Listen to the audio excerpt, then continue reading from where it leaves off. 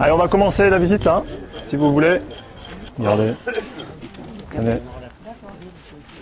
Bon, bienvenue à tous sur le site de la Monédière. Alors, ici, vous êtes sur un site de l'âge du fer, un site qui fait partie de la période de la protohistoire, on appelle la protohistoire, c'est-à-dire juste avant la période historique, l'arrivée des Romains, en gros, pour simplifier. Ce site de l'âge du fer, au niveau de la chronologie, on se situe entre moins 600 et moins 400 avant Jésus-Christ, donc à peu près 2500 ans avant notre ère. Ce site de l'âge du fer, c'est un habitat gaulois, un habitat qui est relativement vaste puisqu'il occupe une superficie qui fait environ entre 4 et 5 hectares. Donc ce site, vous êtes dessus et vous l'avez tout autour de vous, c'est tous les terrains que vous avez en friche autour de vous là. On s'enfoncera à l'intérieur de ce site puisqu'on a deux zones de fouilles cette année, celle-ci là que vous avez devant les yeux, et puis on a une autre zone de fouilles qu'on a ouverte à l'extrémité du site. Ce site il s'étend également sous les maisons que vous avez également devant vos yeux, qui ont été construites ces dernières années, jusqu'au niveau des immeubles que vous avez là-bas au fond.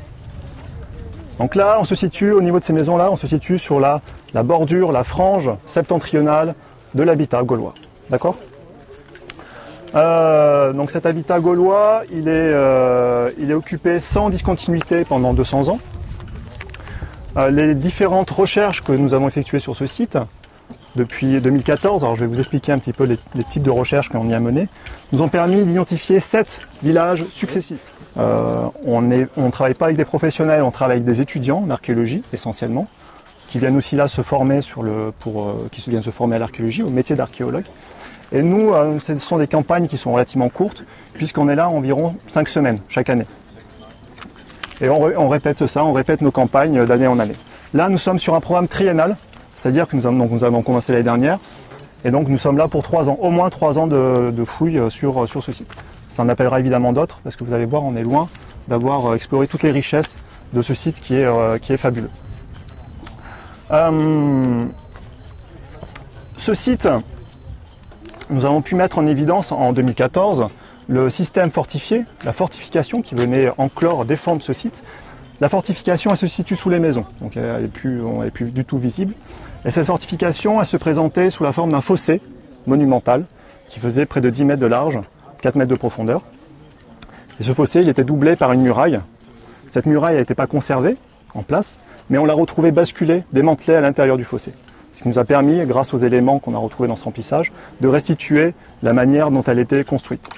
En l'occurrence, on avait une muraille qui était fondée sur un soubassement de gros blocs et une élévation qui était en terre. En l'occurrence de la brique crue.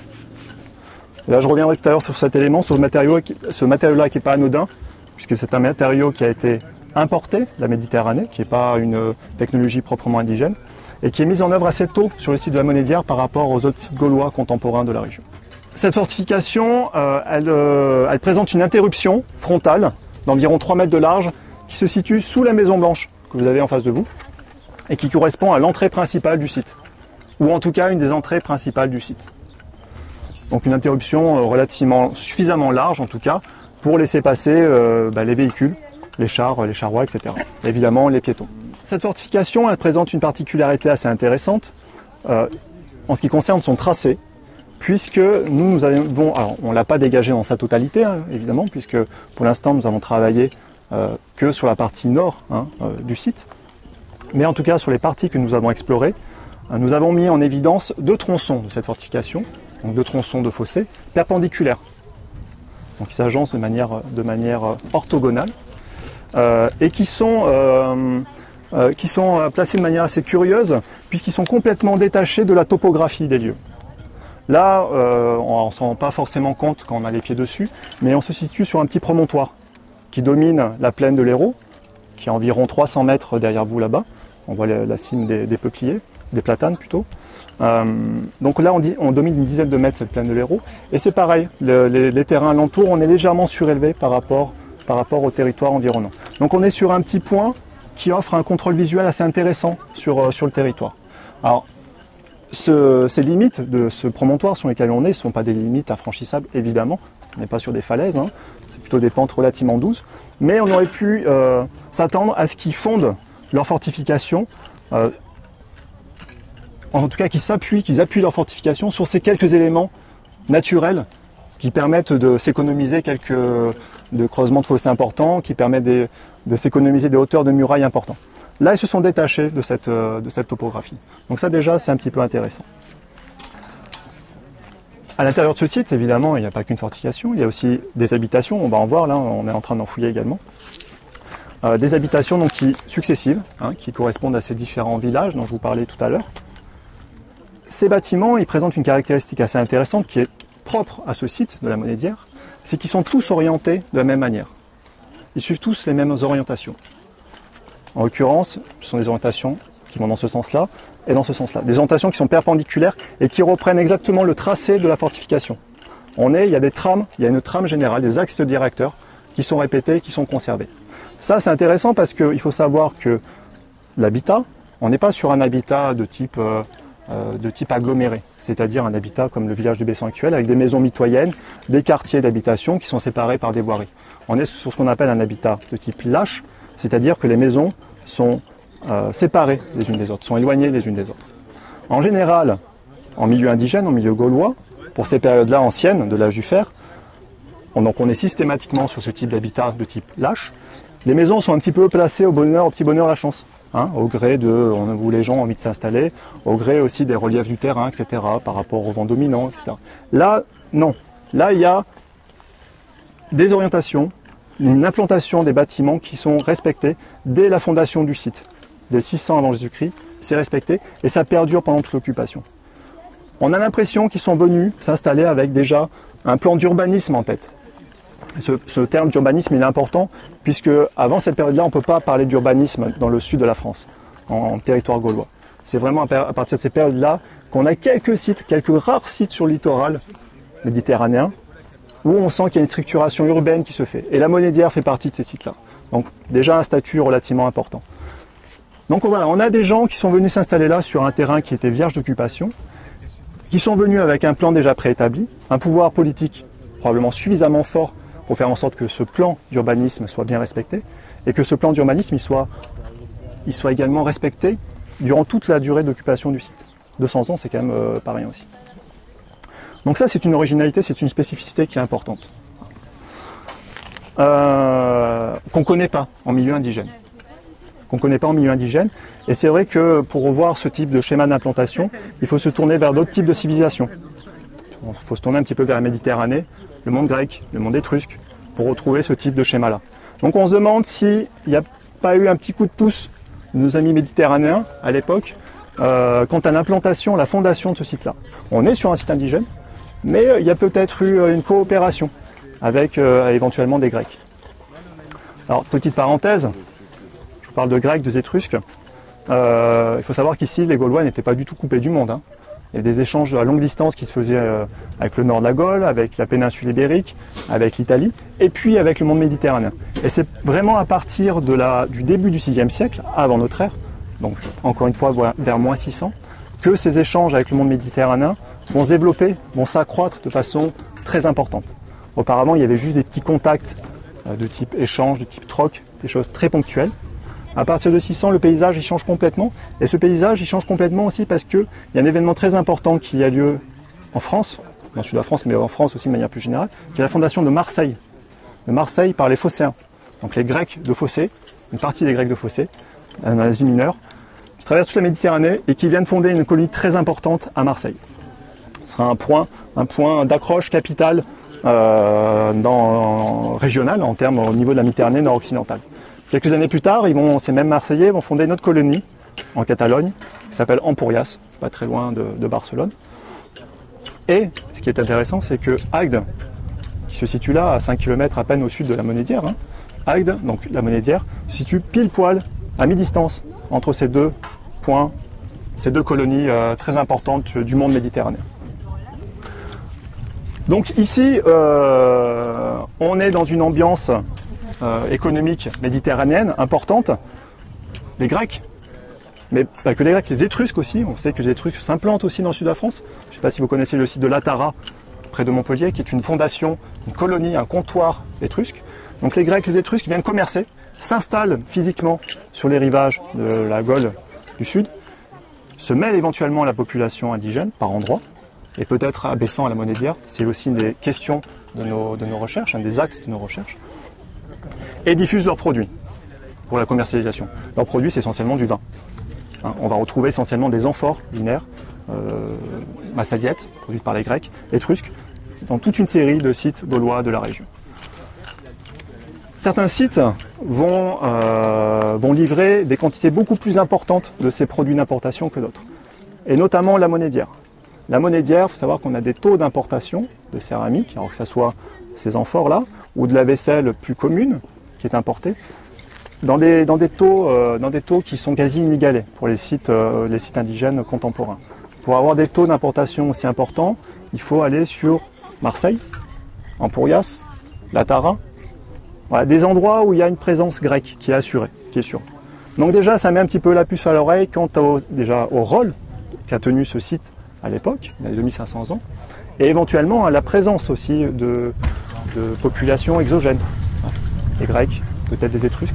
En tout cas, on sent qu'il se passe quelque chose. Vous voyez ce plan d'urbanisme, cette fondation du site à ce moment-là, au moment où le commerce méditerranéen se met en place, et puis ces petits indices en termes de vestiges archéologiques qui nous laissent à penser qu'il s'est passé quelque chose ici d'important. C'était une place très importante, une place charnière. On se situe à un endroit qui n'est pas anodin, on est vraiment au bord de l'Hérault. Le Hérault, c'était une voie de navigation, un axe de communication très important à l'époque. Ça permettait pour les commerçants méditerranéens, les navigateurs méditerranéens qui arrivaient donc de la Méditerranée, de pénétrer à l'intérieur des terres via l'Hérault. Donc depuis Agde, qui correspond à l'embouchure de l'Hérault. Et ils remontaient le fleuve et ils pouvaient guère remonter plus loin puisqu'on sait que au niveau de Bessan, on a un point de rupture de charge important. C'est-à-dire qu'au-delà, il y a des bateaux de tonnage important ne peuvent plus naviguer. Donc ces navires-là devaient s'arrêter par ici. Donc la Monédière est plutôt bien placée là pour le coup. Donc ils devaient s'arrêter probablement là. Nos commerçants grecs débarquaient leurs marchandises, c'était capté par la Monédière, il y avait par les habitants de la Monédière, c'était en grande partie consommé sur place parce qu'on a retrouvé beaucoup de restes de ces produits-là importés, mais la Monédière devait servir aussi à diffuser ces produits. C'était un point de diffusion, d'interface entre le monde méditerranéen et le monde indigène. Et donc diffuser ces produits dans les API, au-delà, en amont dans la vallée de l'Hérault, mais aussi d'est en ouest, vers Béziers aussi, où il y a une occupation gauloise importante, vers Sète aussi probablement. Donc vous voyez, c'est quand même une plaque tournante, à la fois du commerce, des échanges qui peuvent se mettre en place à ces époques-là, et certainement un point important en termes de politique, de géopolitique.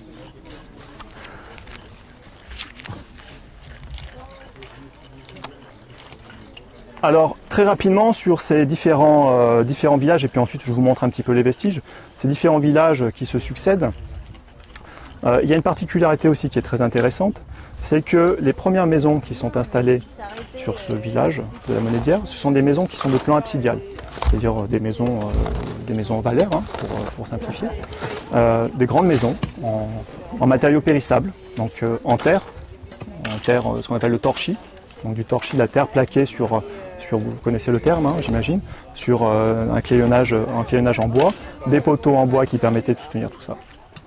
Ces maisons, elles sont détruites par un incendie. Là, c'est intéressant parce que ces maisons, elles sont assez éloignées, je vous disais tout à l'heure, les unes des autres. On en connaît quelques-unes pour ces premières phases d'occupation. On a des distances de près de 40-50 mètres entre ces maisons-là. On a du mal à imaginer que cet incendie-là ait pu être accidentel, vu la distance qui les sépare. Donc probablement une destruction volontaire. Ces maisons donc sont détruites par le feu et reconstruites derrière. Et là, on change complètement de schéma d'installation puisqu'on a des maisons qui sont rectangulaires et qui sont construites en dur. C'est-à-dire comme la muraille, avec un soubassement en pierre et une élévation en terre, en briques crues, essentiellement. Ces maisons, de nouveau, elles vont être abandonnées, détruites. Alors chaque fois, elles sont détruites jusqu'à la rase, les murs. Toute l'élévation est quasiment détruite. Il faut savoir, c'est ce qui fait aussi une des spécificités du site, mais d'un point de vue archéologique, c'est que nos 200 ans d'occupation se succèdent à peine sur 40 cm d'épaisseur. Donc en termes de lecture archéologique, c'est pas simple aussi à restituer. Tout ça pour dire que ça se passe très rapidement, à chaque fois à l'échelle d'une génération. Et donc ces maisons rectangulaires, je reviens un petit peu en arrière, ces maisons rectangulaires sont de nouveau abandonnées et reconstruites dessus. Et là on repasse à un schéma absidial. un nouvel abandon, chaque fois l'espace d'une génération, on repasse sur un plan rectangulaire. Ça c'est très curieux. C'est très curieux parce qu'un plan de maison c'est pas rien. Pour les sociétés primitives, entre guillemets, les sociétés anciennes, on peut changer de matériaux. C'est des choses qu'on observe aussi sur le plan ethnologique, hein, quand on fait des observations sur les sociétés subaactuelles dites primitives. Le plan de maison c'est quelque chose de fondamental pour les sociétés. C'est pas rien, un plan de maison c'est pas rien. C'est pas comme de nos jours où il y a la fantaisie. Hein, voilà. Là il y a quelque chose qui est respecté, qui est fondamental, qui est un trait culturel très important. Au même titre que la vaisselle dans laquelle on va cuisiner, on va manger, on peut changer les matériaux, les formes perdurent. Donc là il y a des ruptures très importantes, une alternance de plans qu'on ne connaît pas ailleurs. Et qui interroge. Qu'est-ce qui s'est passé? Pourquoi en l'espace d'une génération, ils sont complètement repartis de zéro en changeant complètement leur plan de maison? Alors malheureusement, j'ai pas de réponse à vous donner aussi. Ça fait aussi partie des raisons pour lesquelles on continue la recherche sur ce site, parce qu'on essaye de justement aussi décrypter un petit peu ces phénomènes-là. Est-ce qu'il y a eu un changement de population? Est-ce qu'on est sur des quartiers? En fait, on n'a qu'une vision partielle du site et qu'en fait ailleurs il se passe autre chose. C'est pour ça aussi qu'il faut aborder ce site de manière exhaustive et qu'il faut qu'on puisse aussi l'explorer dans sa totalité. Alors, ça demandera des années, des centaines d'années, mais c'est important de le préserver aussi de ce point de vue-là. C'est pas parce qu'à un endroit on a donné des réponses sur quelque chose qu'on détient la vérité. Hein. Ça, il faut le vérifier de partout. Donc nous avons ouvert cette zone de fouille l'année dernière, relativement vaste, à 100 mètres carrés, donc en fouille programmée. Donc là, les archéologues que vous voyez travailler, ce sont essentiellement des étudiants en archéologie. Cette zone, on l'a implantée parce qu'elle se situe à un endroit intéressant pour nous. Elle se situe immédiatement en arrière, on va mettre là, immédiatement en arrière de la porte, la fortification. Vous vous rappelez, la porte se situe immédiatement sous la maison. Et puis, elle embrasse également la partie intramuros lotie, avec donc, les habitations qui ont été construites. On l'a installée là parce que nous, on a un certain nombre d'interrogations qui subsistaient quant à la chronologie de la mise en place du système fortifié. On avait des choses qui nous manquaient en termes d'éléments de datation. Cette fortification, cette porte, je ne suis pas rentré dans les détails, mais elle a subi des refontes, des modifications au fil du temps. Ces modifications, on avait eu du mal à les percevoir. En 2014, dans l'emprise de nos fouilles, c'était pas assez grand, c'était mal conservé. Donc là, beaucoup d'interrogations aussi par rapport à justement à l'aspect que pouvait présenter cette porte et son aspect, sa perduration au fil du temps. Et puis toute une série d'interrogations propres à l'habitat à proprement parler, c'est-à-dire comment il construisait. Est-ce que ce qu'on a observé, cette alternance dont je vous parlais tout à l'heure, est-ce qu'elle se répète aussi ici? Il nous manquait des données pour les phases les plus récentes. En 2014, on n'a pas pu les aborder parce que d'une part, le terrain était très abîmé, et puis d'une part aussi, en fouille préventive, on est contraint par le temps. Donc quand c'est mal conservé, qu'on ne comprend pas, on passe dessous, on va à l'essentiel, malheureusement. Et donc, qu'est-ce que nous avons mis en évidence depuis l'année dernière? Vous voyez, la zone en fait est scindée en deux grands espaces très distincts. Vous avez toute la moitié occidentale, là, devant moi, qui est un espace relativement ouvert. Il y a assez peu de vestiges devant vos yeux. Alors vous verrez, hein, il faut faire preuve de beaucoup d'imagination pour restituer les vestiges. Hein. Tout ça, c'est très arasé. Mais devant vous, donc un espace ouvert, néanmoins intéressant, puisque on a sur une partie de cet espace un aménagement qui correspond à un espace de circulation. Cet espace de circulation, ce sont tous ces galets que vous voyez là au fond. Là. C'est une calade en fait. Hein. Voilà. Une calade avec différentes recharges qui se situe exactement dans l'axe de l'entrée et donc qui fonctionnait avec le système d'entrée. Ça, on ne connaissait pas. En 2014, on ne l'avait pas observé. Ce n'était pas conservé. Donc là, c'est très intéressant pour nous. Cet espace de circulation, deux questions. Est-ce qu'on est sur un système de type place, un aménagement de type place, c'est-à-dire un grand espace ouvert qui est vraiment centré, localisé devant la porte d'entrée, ou est-ce qu'on est sur une voie qui part de la porte et qui s'enfonce à l'intérieur de l'habitat? Ça, c'est important parce que si on est sur ce cas de figure d'une voie qui s'enfonce dans le cœur de l'habitat, on retombe sur ce schéma, cette structuration très rationnelle qu'on a de l'habitat. Avec les maisons orientées de la même manière, la fortification bien agencée orthogonale, et cette voie qui suit exactement le même tracé également. Donc ça participe un petit peu aussi de notre réflexion quant à ce programme d'urbanisme qui se met en place. Donc ça, on essaie de mettre en évidence, vous voyez là devant les collègues le sondage qu'il y a ici, là, on retombe sur les niveaux de circulation. Donc on a un chemin qui se dessine plutôt en creux pour l'instant, qui est très bien bâti. C'est un petit cailloutis très costaud, là Pour avoir fouillé un petit peu de romain, c'est quasiment, je disais tout à l'heure Antoine, c'est quasiment mieux conservé que le romain. C'est assez exceptionnel. On en connaît très peu pour ces périodes-là. Là, on est au 5e siècle avant Jésus-Christ.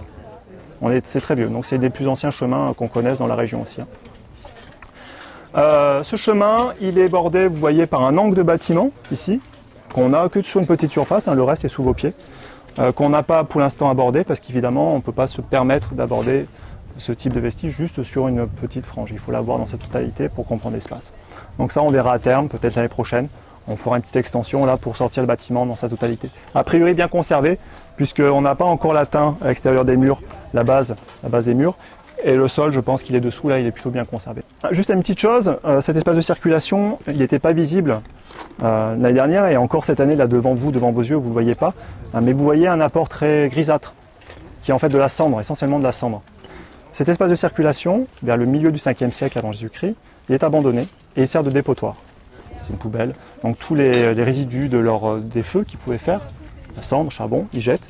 Et puis avec ces cendres, ça charrie des bouts de poterie, de vases, des os de faune, d'animaux qu'ils ont consommés, du mobilier métallique, des éléments de parure personnelle aussi en bronze qui sont fragmentés, qui sont rejetés, qu'on a retrouvés. Ça c'est intéressant pour nous parce que ça correspond vraiment au dernier temps d'occupation du site qui jusqu'à présent, je vous le disais tout à l'heure, était mal documenté. Là, grâce à tous ces éléments-là, on peut caractériser le faciès, c'est-à-dire les modes de consommation, les types d'échanges qu'ils pouvaient faire, on le voit grâce aux vases, faciès de ces phases-là. Donc ça nous permet d'enrichir nos connaissances aussi sur les derniers temps d'occupation du site. De ce côté-ci, donc là on change complètement d'ambiance de ce côté-ci de la voie, puisque là on est vraiment au cœur de l'habitat, comme vous pouvez le voir, on a un certain nombre de structures d'habitation qui se dessinent devant vos yeux. Vous voyez, on est vraiment sur du bâti. Donc on a aussi un pan de bâtiment que vous avez ici conservé avec ces grosses pierres de basalte, donc qui a été en grande partie arraché, anciennement probablement, mais aussi à cause des labours. Il faut savoir que ces terrains-là, ils sont en friche actuellement, mais pendant plus de 50 ans, un demi-siècle, il y avait des vignes en fait, qui étaient plantées ici. Donc vigne, qui dit arrachage, qui dit charruage, et tout ça, ça a eu un impact important sur les vestiges. Et donc tout ce qui était au-dessus, c'est-à-dire vraiment les derniers temps d'occupation du site, malheureusement, ça a été complètement mélangé, bouleversé, remanié, et au mieux, on peut vraiment que le cerner sur des petits lambeaux. Donc vous voyez un pan de bâtiment ici qui correspond à des derniers bâtiments qui sont mis en place et qui est à peu près toujours qui suit toujours à peu près les mêmes orientations dont je vous parlais tout à l'heure. Nous on essaye un petit peu de s'accrocher aux quelques lambeaux là, qui sont conservés pour déterminer avec déjà à quelle phase appartiennent ces bâtiments. Ça c'est un travail qui n'est pas si simple à faire puisqu'on raisonne sur, je vous disais, 20-25 ans près, ce qui est déjà remarquable pour ces périodes-là. Et puis de cerner un petit peu les espaces qui les entourent. Là, sous mes pieds, par exemple, on a un espace qui a servi probablement aussi de poubelle. En tout cas, il y a des vases qui ont été rejetés en extérieur, rejetés, brisés, qu'on a retrouvés. Voilà, tous ces morceaux que vous voyez, c'est des vases, c'est de la céramique. Donc il y a eu un acte volontaire, là aussi, de destruction de vaisselle. Cette destruction de vaisselle, elle est associée à cet amas orangé, que vous voyez devant vos yeux, qui a brûlé, qui est un acte donc d'incendie, brûlé par le feu. Et ces éléments-là, en fait, et on le verra de manière plus parlante à côté, ce sont des briques crues. Vous savez, ces briques qui sont utilisées dans la construction des murs, des briques crues qui ont cuite, qui ont brûlé. Donc on retrouve complètement figé. Ça c'est exceptionnel. C'est exceptionnel parce que la brique crue par nature, ça ne tient pas dans le temps. Ça ne tient pas, ça fond. En 2000 ans, ça ne tient pas du tout. Il faut des conditions très particulières. Et parmi ces conditions particulières, le feu, c'est plutôt très bien parce que ça vient les brûler.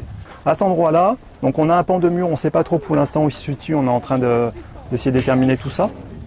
On a un pan de briques crues qui s'est effondré, qui a brûlé, qui s'est effondré, et qui est tombé par endroits sur des vases entiers. Vous voyez, là il y a un vase entier avec un petit décor là, de chevrons, qui sont donc effondrés et écrasés sur place. Et à l'intérieur de ces vases, il y avait des graines qui étaient conservées, qui ont brûlé aussi, donc on a retrouvé ces graines carbonisées. Donc là, on a pu déterminer aussi la nature de ces graines, on sait qu'on est sur de l'orge, par exemple, et ça nous permet aussi de voir ce qu'ils ont pu consommer à l'époque, cerner les espaces de stockage au sein de l'habitat, donc voir aussi comment se structurer l'habitat, en termes de répartition des différents espaces, et puis aussi de restituer par ricochet les cultures qui pouvaient exister autour de restituer l'environnement, si vous voulez. Est-ce qu'on avait un environnement ouvert de type forêt, de type plutôt culture intensive, etc. Donc ça, ce sont aussi des éléments qui, mis bout à bout, nous permettent à la fois de raisonner sur le site, mais aussi de raisonner sur tout son environnement. Ça, c'est important quand on veut aussi restituer, replacer le site à l'échelle régionale. Et quand on raisonne sur des problématiques historiques, d'échanges avec les Grecs, etc. Ici, vous avez un autre bâtiment qu'on a mis en évidence cette année. On avait simplement l'angle, un petit angle l'année dernière, de grosses pierres qui dessinaient un angle de bâtiment. Donc on a fait une petite extension cette année pour mieux comprendre. Et bien nous en a pris, puisque là aussi on est sur un gros bâtiment qui a brûlé. On retrouve ces briques crues qui ont brûlé, et là qui sont plutôt sympathiques, puisqu'on a des modules entiers de ces briques, avec pour certains des décors. Vous voyez ces décors cannelés là, qu'Arwan va vous montrer. Merci Arwan. Voilà, des décors cannelés, donc des croix par endroits, des chevrons, système de chevrons. Alors du décor où probablement ça a probablement une fonction pratique, c'est pour permettre d'assurer une meilleure accroche entre les briques, hein, avec le liant qui venait entre les briques. Donc là on est en train de sortir ces briques là. C'est intéressant pour nous aussi parce qu'on va pouvoir aussi raisonner sur des modules de briques crues et de comparer ça un petit peu avec ce qui est mis en œuvre dans le monde méditerranéen. On sait que par exemple les Grecs, les Étrusques utilisaient des modules particuliers, c'était pas le même d'un voisin à l'autre. Donc là on va voir si on retrouve ça, je sais pas, en Grèce, ou si on retrouve ça à Latte par exemple, si c'est indigène, si il y a eu une petite influence grecque. Donc c'est des éléments qui sont aussi importants pour les problématiques qui nous intéressent. Ces briques crues là, on est en train de les démonter, elles viennent recouvrir un niveau plus noir sur lequel Erwan a ses pieds. Ce niveau c'est un niveau qui a brûlé, hein, très charbonneux, et en fait tous ces éléments noirs que vous voyez ce sont des graines. C'est tapissé de graines, ici c'est tapissé de graines. Alors, il y a des vases fragmentés, qui sont ici, qui sont dessous. Donc là, c'est le même schéma que là-bas. Il y a eu un incendie, un effondrement, qui est venu sceller le mobilier qui se trouve à l'intérieur de cet espace-là. Donc nous, on va pouvoir le restituer, alors probablement pas cette année, mais l'année prochaine, pouvoir restituer tout ça, et ça, ce sont des données qui sont fabuleuses pour nous. Là, la chance extraordinaire qu'on a pour ce bâtiment, c'est qu'on a des énormes blocs qui ont été mis en œuvre dans la construction du bâtiment. Au moment où ils ont passé la charrue, ils se sont heurtés dessus, ils ont fait oula, on relève, on passe autour. Et donc ça a pu préserver l'intérieur du bâtiment. Ça c'est la chance qu'on a eue, sinon ça serait complètement râpé comme ce qu'on a un peu ailleurs. Donc vous voyez ici, on a des bouts de murs qui se baladent un peu de partout. On n'a pas encore de beaux plans de maison à vous présenter, parce qu'on est encore sur ces phases d'occupation récentes qui ont été très abîmées à la fois par les charruages, mais aussi quand ils ont abandonné leur maison, ils ont démantelé quelques bouts de murs par-ci par-là, pour nous embêter un peu. Là on a essentiellement des maisons qui sont rectangulaires, vous voyez les murs, donc des murs plus soignés hein, que les murs grossiers là, que je vous présentais tout à l'heure. Là c'est plus classique, là c'est des choses qu'on retrouve de manière plus classique. On a l'impression que les toutes dernières phases d'occupation, il y a moins de soins qui a apporté, à la fin du 5e siècle, il y a moins de soins qui a apporté à la construction des bâtiments. On a l'impression qu'il y a une espèce de décadence en termes de construction. Donc là voilà les matériaux, on est sur un soubassement de murs qui se poursuivait. Là on a un lambeau de mur qui nous permet de restituer hein, la longueur du mur, et puis un retour qui se fait derrière là au niveau des blocs. Ici vous avez également un lambeau de mur qui est plus récent. Donc vous voyez c'est en termes de hauteur et de niveau d'apparition, ça se joue à 3-4 cm. Ça c'est une phase qui est plus récente. Quand ça s'est installé, ça c'est déjà abandonné. Ce bâtiment là, le premier, je finirai par ça, ce premier bâtiment qui était rectangulaire, donc on l'a qu'en partie parce qu'il y a une grande partie qui se situe sous la berme. Il a livré donc des choses qui sont mal conservées, mais il a livré 2 fosses installées dans l'angle. On a encore le négatif de ces fosses qui est installé dans l'angle du bâtiment qui se fermait ici là. Hop. Hop, donc ça on l'a démonté, hein, on l'a fouillé, on l'a démonté, on regarde ce qui se passe dessous. Ces 2 fosses, elles étaient assez curieuses. Elles sont liées probablement, elles interviennent probablement au moment où le bâtiment est abandonné. Puisque dans chacune de ces fosses, on a retrouvé, hormis des fragments de vaisselle, comme on en retrouve de partout, on a retrouvé énormément de graines carbonisées dans l'une et l'autre. On a retrouvé dans chacune de ces 2 fosses qui se juxtaposent 2 fragments de meules. Ces fragments de meules qui correspondent à chaque fois à la partie inférieure, le socle, la table de la meule, et la partie supérieure qui est la partie active, hein, qui sert à broyer le grain. Donc 2 fragments de meule, partie dormante, partie active, et dans l'une de ces fosses, ces 2 fragments ont été replacés en position fonctionnelle. Donc ça c'est curieux, on a du mal à imaginer que ce soit le fruit du hasard, hein, qu'ils aient jeté nonchalamment ces 2 fragments et que comme par hasard ces 2 fragments ont été soit replacés en position fonctionnelle. Donc il y a un geste. Il y a un geste qui a été observé là.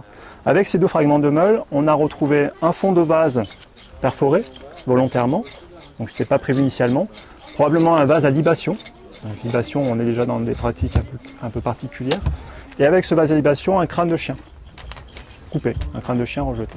Là aussi, c'est un type de vestige rare. On ne retrouve pas des crânes de chien comme ça de partout. C'est le seul qu'on connaisse pour l'instant dans l'habitat.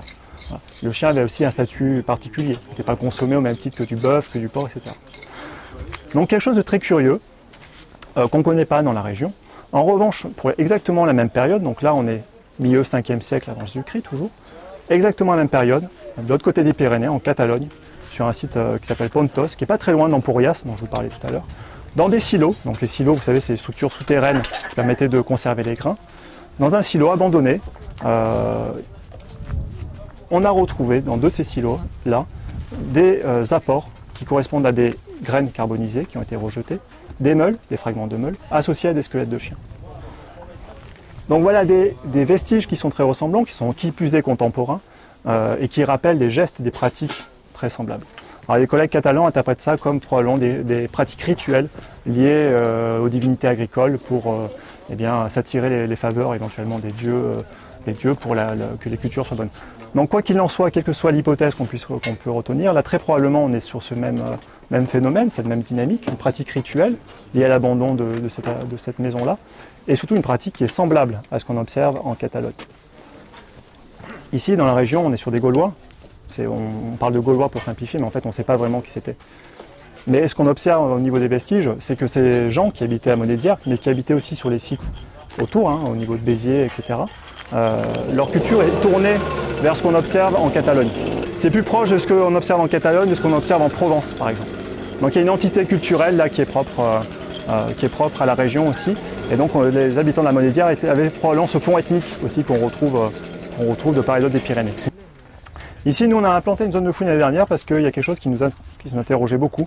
C'est la présence de cette butte que vous voyez ici, là, qui est très marquée dans le paysage, qui n'est pas naturelle. On ne peut pas l'expliquer d'un point de vue géologique, c'est pas possible qu'il y ait cette butte-là qui soit préservée au fil du temps. On avait fait des prospections géophysiques en 2016, c'est-à-dire on a passé le radar électrique, magnétique, et ça nous avait permis de confirmer qu'effectivement il y avait du bâti à l'intérieur de cette butte, et que cette butte-là était enclose par un fossé. Donc un fossé qui faisait tout le tour de cette butte, en tout cas de ce côté-ci. Donc nous on a décidé d'ouvrir ça l'année dernière pour déjà déterminer à quelle période ces aménagements avaient lieu. Est-ce qu'on est sur quelque chose de contemporain de l'habitat gaulois, ou est-ce qu'on est sur quelque chose de plus récent? J'en ai pas parlé jusqu'à présent, mais si la Monédière c'est pas qu'un site gaulois, il y a aussi un site antique, romain, gallo-romain, puisqu'à partir vers moins 200 avant Jésus-Christ, donc 200 ans, à peu près 200 ans après l'abandon du site gaulois, il y a une refréquentation, une réoccupation du site, qui va perdurer pendant environ 500 ans, qui prend une autre forme, qu'on connaît très mal, qu'on connaît juste par du mobilier un peu erratique, quelques structures conservées aussi et là, parce que c'est évidemment des niveaux qui sont proches de la surface, et qui donc ont été très largement abîmés par la mise en culture des parcelles. Donc est-ce qu'on est sur un aménagement de l'âge du fer, auquel cas pour nous c'est très curieux parce qu'on ne connaît pas du tout, mais avec ce site qui livre des choses assez curieuses, on n'est plus à ça près, ou est-ce qu'on était sur une occupation plus récente? Alors déjà, donc, on a ouvert ça sous une forme d'une tranchée, et on a mis en évidence, on a retrouvé notre fossé qui vient enclore cette butte.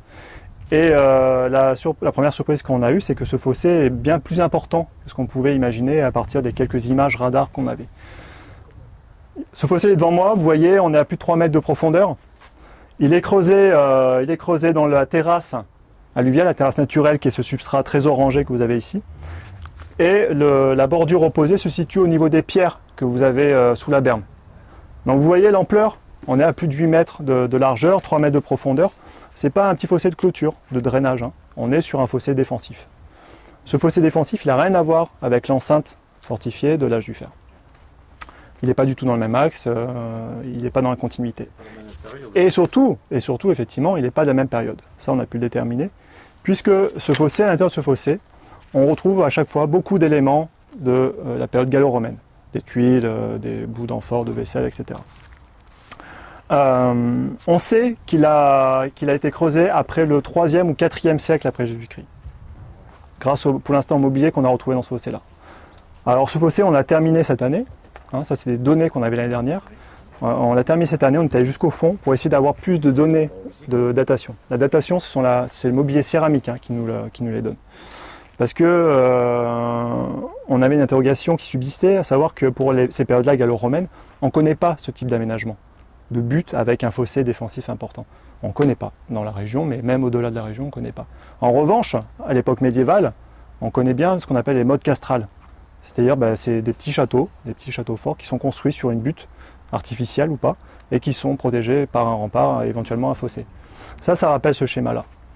Donc nous, ce qu'on a retrouvé jusqu'à présent, on sait qu'on n'est pas avant le 4e siècle après Jésus-Christ, donc pas avant 400 de notre ère, mais qu'on peut être bien après en fait. C'est pas parce qu'on n'a pas des éléments plus récents qu'on n'est pas sur des choses plus récentes. Mais voilà, on a un certain nombre d'éléments qui nous laissent à penser on sort peut-être de l'Antiquité pour rentrer dans le Moyen-Âge. Donc ça c'est très intéressant parce que ça voudrait dire que c'est la première fois qu'il y a une occupation médiévale qui est attestée sur le site de la Monédière. Il faut savoir qu'il y a même pas 1 kilomètre à 500 mètres environ vers le sud là-bas, on a un village médiéval important qui s'appelle Touroul, voilà, qui était installé là-bas. Donc on est peut-être pas dans la continuité, parce qu'à mon avis on n'est pas tout à fait contemporain, mais peut-être une première occupation qui précède le village médiéval de Touroul. Ce fossé, donc il y a des éléments céramiques qu'on a retrouvés à l'intérieur qui nous permettent de le dater, mais il y a aussi ce qu'il y a autour. Et ce fossé, en fait, il vient casser ce bâtiment-là que vous avez devant vous, qui est un bâtiment, enfin pas un bâtiment, pardon, cette structure, cet aménagement qui est un aménagement maçonné. Ça, c'est des techniques de construction. Il y a du mortier, il y a un béton tuileau, ce qu'on appelle un béton tuileau. Donc c'est du béton fait avec des fragments de tuiles, et ça permet d'avoir une surface très étanche. Vous voyez, il y a des bourrelets ici. Là, on est sur un bassin, en fait, le fond d'un bassin. Ça, c'est pas du tout, ça date pas du tout de l'âge du fer. C'est pas du tout gaulois. Ça, c'est romain. Et ce bassin-là, donc, il se poursuivait ici, et en fait, il a été cassé, entaillé par le creusement du fossé. Donc, ça donne aussi un élément de datation par rapport à cet événement que constitue le creusement du fossé. Ici, on est à la période gallo-romaine. Donc là, c'est pareil, on est en train d'essayer de recaler ça de manière plus précise en termes de datation. Un bassin qui fonctionne, on va la voir après à la fin, avec une citerne qu'on connaît depuis longue date, qui est remarquablement bien conservée, qui est probablement contemporaine, donc 2 structures hydrauliques. Et ça fait écho à ce qui a été retrouvé il y a une vingtaine d'années en prospection pédestre, donc des gens qui se sont baladés dans les vignes en contrebas, juste derrière, où lors de ces prospections ont été récoltés beaucoup de vaisselle, de l'âge du fer, de la période antique, et avec ces éléments de vaisselle, des éléments d'architecture de thermes. Donc on avait probablement, très certainement, un établissement thermal situé ici, derrière vous, en contrebas du promontoire, au niveau des vignes. Plus ou moins important, ça c'est des choses qu'il faudra déterminer dans l'avenir. Et donc là, ce bassin, cette citerne, ça rentre bien dans cette ambiance-là d'établissement thermal. La citerne, alors justement, en plus, est située à un point légèrement plus haut que l'emplacement supposé des thermes. Cette année, on a fait une extension, on s'est un petit peu élargi parce qu'on avait un bout de mur là que vous voyez dans la berme, qu'on a retrouvé ici, avec un retour très bien bâti, aussi très bien construit. Là, a priori, pour au moins une partie de ces murs, on est sur des choses qui sont contemporaines du bassin. Donc il y a du bâti là très bien conservé qui est sous la butte. Il y a une série de remblais qui sont apportés durant l'Antiquité et qui sont donc des apports anthropiques, non naturels, qui vont être rejetés à cet endroit-là et qui vont former en fait la butte que l'on voit actuellement. C'est quelque chose qui s'est formé dans le temps, d'accord, qui n'a pas été rapporté en une seule fois.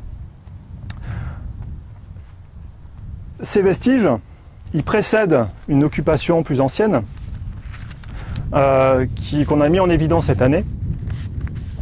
Une occupation plus ancienne qui vraiment vient s'installer sur le terrain naturel, donc sous le bassin. Cette occupation plus ancienne ne se rapporte pas à l'âge du fer, elle ne se rapporte pas à l'habitation de l'âge du fer, mais elle est beaucoup plus ancienne puisqu'elle se rapporte à la préhistoire et plus précisément au néolithique final, à la dernière période du néolithique.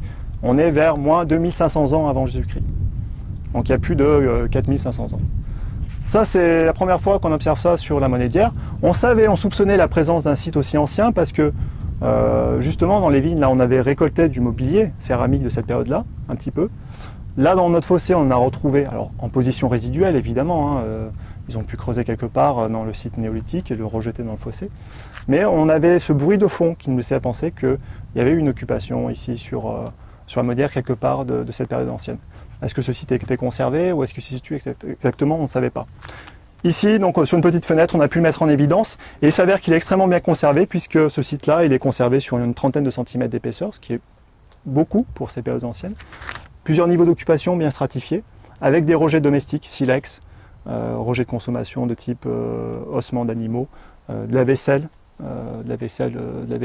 modelée, associé à un mortier, donc un mortier, un élément dans lequel on broyait des aliments en pierre, donc soigneusement aménagé, donc ça aussi plutôt intéressant. Des activités voilà, domestiques et artisanales, associées à des trous de poteaux, donc des points d'accroche de poteaux qui correspondent à des bâtiments. Mais sous cette butte-là, très probablement, le site est remarquablement bien conservé pour cette période-là. On n'a pas ce type de vestiges ailleurs. Les différentes fenêtres qu'on a pu ouvrir sur le site, on n'a pas observé ça. Ce site, il a l'air d'être vraiment localisé ici, non, d'être beaucoup plus réduit que celui de la Juffer, mais il est là au niveau de la butte. C'est pas un endroit anodin, parce qu'on est à l'extrémité du promontoire, on n'est pas très loin du fleuve Hérault, on a un bon contrôle sur ce qui se passe autour, donc c'est plutôt un point privilégié, d'occupation privilégiée. Donc voilà, plutôt une découverte très intéressante. Donc on a vraiment pas toutes les périodes, mais on a, vous voyez, plus de 4000 ans d'histoire là sur la monnayère. C'est une période très ancienne qui n'était pas documentée jusqu'à présent, et période plus récente, médiévale également, qui ont été mises en évidence. Alors là, on est encore dans l'incertitude, puisqu'au départ, on avait interprété ce mur-là comme le mur bordier du fossé. Il n'est pas très large pour faire office de rempart, mais bon, ça a pu venir le souligner. Voilà. Là, on se demande si en fait on n'est pas sur quelque chose de plus ancien. Donc quelque chose qui aurait pu fonctionner avec le bassin. Voilà, il y a des choses qu'il va falloir qu'on observe encore un petit peu au niveau de la stratigraphie. Ici, localement, le départ du fameux souterrain qui mène au fabuleux trésor de Bessan. Ça, évidemment, ce sont des légendes qu'on retrouve partout, dans tous les villages français. Donc on a débroussaillé les alentours de cette citerne. On a fait une série de sondages à pelle mécanique, des sondages perpendiculaires. On a déblayé un petit peu. L'idée, c'était déjà d'avoir une première vision sur l'aménagement, cette citerne, et essayer de voir quand est-ce qu'elle a été bâtie aussi, parce que jusqu'à présent, elle est connue depuis plus d'une centaine d'années, mais jamais aucune étude n'avait été faite sur cette structure-là, cet aménagement-là. Ce qui est assez curieux, parce que des citernes conservées comme ça, de la tête aux pieds, dans le sud de la France, c'est unique. Hein. Voilà. Après, il faut aller en Italie pour retrouver. Donc là, on a quand même un vestige plutôt sympa en termes de patrimoine. Donc voilà, au vu de ce qu'on a découvert dans le sondage derrière, on s'est dit, on est sur les périodes antiques aussi, on va documenter ça de manière plus précise. Et donc les collègues, donc c'est notre équipe là, qui a travaillé en même temps que nous, d'antiquisants, qui ont dégagé, vous voyez, les sous-bassements, les niveaux de fondation de cette citerne, qui sont largement débordants, qui a été en grande partie arraché. Vous qui êtes de l'autre côté, vous voyez un petit peu dans la stratigraphie, il y a une césure importante, une tranchée d'épièrement. On est sur un niveau très cendreux, qui a livré que du mobilier de l'âge du fer. Cette butte, elle n'existait pas à l'époque. À l'âge du fer, Antiquité, on était sur un terrain qui était plat ici. Donc en termes de stratigraphie, c'est très bien conservé. Néanmoins, on suppose qu'on est extramuros ici, à cet endroit-là, puisque les prospections géophysiques qu'on avait réaliser ont mis en évidence un tracé, un linéaire, qui avait l'air d'être la continuité, enfin la fermeture du système fortifié de l'habitat de l'âge du fer, et qui se situe au niveau de l'arbre que vous voyez tout seul isolé là, et qui file vers les bâtiments là-bas. Donc on aurait plutôt l'habitat proprement dit de l'autre côté, au niveau des tables là, du pique-nique, et ici où on serait à l'extérieur de cet habitat gaulois. Donc si on a une occupation gauloise, on est sur une occupation plutôt périurbaine, extramuros. On peut avoir des aménagements qui sont des aménagements différents de ce qu'on a à l'intérieur du bâtiment, de l'habitat. On sait sur certains secteurs, certaines agglomérations par exemple, que les activités artisanales sont rejetées en dehors des murs. Ça génère des odeurs, c'est sale, etc. Il y a des déchets. Et là en l'occurrence on a une grosse épaisseur de cendres. Donc il y a des choses qui ont brûlé aussi. Donc voilà, c'est un petit élément qui nous ouvre un petit peu des pistes de recherche. Alors évidemment tout ça c'est hypothétique, il faudra revenir dessus. La citerne, donc on a dégagé aussi la voûte sur laquelle vous avez les pieds. Je vous demanderai de ne pas trop circuler parce que bon, là c'est un petit peu fragile. Cette voûte, vous voyez, elle est remarquablement conservée. On se demande si elle est vraiment antique. On se demande s'il n'y a pas eu un rechappage, une consolidation faite plus tardivement Lorsqu'on analyse un petit peu le matériau qui a été fait de cette voûte, on est sur un béton qui rappelle plutôt les bétons du Moyen-Âge. Donc là aussi, c'est un petit élément qui nous laisse à penser que au-dessus, là, il y avait du bâti. Et ce bâti-là, il a complètement disparu. Et ce bâti-là, il pourrait être associé peut-être à un autre fossé. Donc un petit élément qui nous renverrait vers ça. Il y a un autre élément intéressant, des empreintes de pas. Au moment où ils ont coulé le béton, comme ça arrive souvent, hein, il y en a qui ont eu le pied un peu malheureux. Donc il y a des empreintes qui sont restées, un plus grand bonheur, de sandales cloutées. Ils n'ont pas signé? Malheureusement, ils n'ont pas signé. On suppose que c'est un béton du Moyen-Âge, ça on va l'analyser. Cette trace, c'est la voûte, mais ça a pu être réaménagé. On va faire du carbone 14 aussi, parce qu'il y a toujours des éléments carbonatés dans le béton. Donc ça, on peut faire carbone 14, ça nous permet aussi d'avoir des datations plus ou moins précises. Mais avec ce carbone 14, on saura si on est Antiquité, Moyen-Âge aussi. Hein. On n'est pas sur des sandales romaines, on serait plutôt sur des sandales utilisées au Moyen-Âge. Donc ce sont les Grecs, voilà, c'est ça. Donc là, non, c'est une entrée qui a été aménagée au 19e siècle, on pense. Donc c'est une structure qui a servi de stockage, je ne sais pas, d'outils probablement, enfin, ou de cave. Donc évidemment, ça c'était parmenté, et l'alimentation de la citerne se faisait très certainement par le haut. Donc je vous laisserai rentrer à l'intérieur. Les collègues ont fait 2 sondages à l'intérieur pour essayer d'atteindre le fond. Ils l'ont atteint. On est sur un béton tuileau comme le bassin, béton d'étanchéité. Et on a quasiment 3 mètres de hauteur de plafond.